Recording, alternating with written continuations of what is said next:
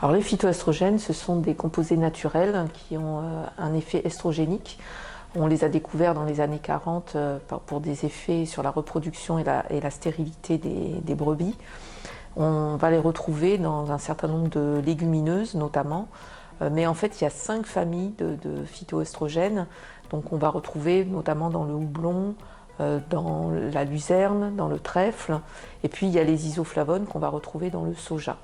Et ces molécules-là sont préoccupantes puisqu'en fait on a une augmentation de la consommation des consommateurs aujourd'hui. Alors en fait, donc les phytoestrogènes sont présents dans le soja, ceux qui sont les plus préoccupants.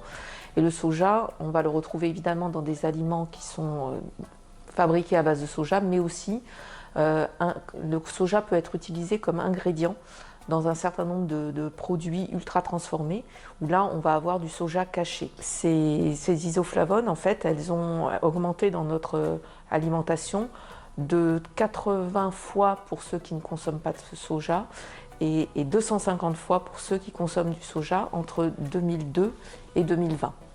Donc on a également repéré que chez les femmes qui consomment du soja, 12% d'entre elles, en 2017, étaient susceptibles d'être exposées à des doses qui pouvaient perturber leur cycle, donc des doses supérieures à 50 mg par jour.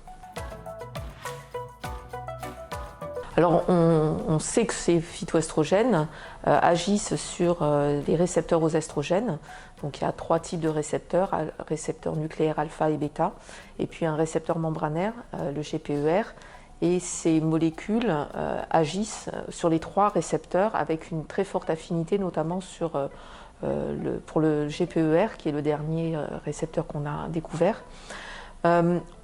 Ces effets estrogéniques peuvent se traduire par des effets positifs, notamment chez les femmes ménopausées qui sont en carence estrogénique, mais peuvent aussi se traduire par des effets négatifs, notamment quand on a des pathologies estrogénodépendantes. Je pense par exemple à des cancers du sein déjà déclarés et donc qui possèdent des récepteurs.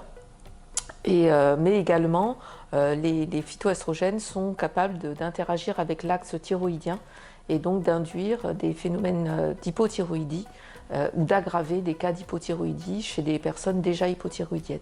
D'ailleurs, sur les documents qui accompagnent le lévothyrox, vous pourrez observer qu'une mise en garde en fait, du laboratoire Servier sur la consommation du lévothyrox en même temps que des produits à base de soja qui contiennent des isoflavones.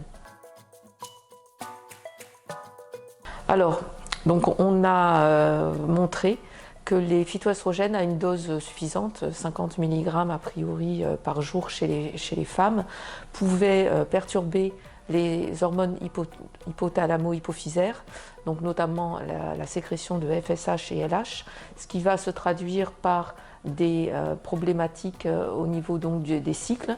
Les phases lutéales vont être raccourcies, ça va gêner l'implantation embryonnaire et au final diminuer la fertilité des femmes.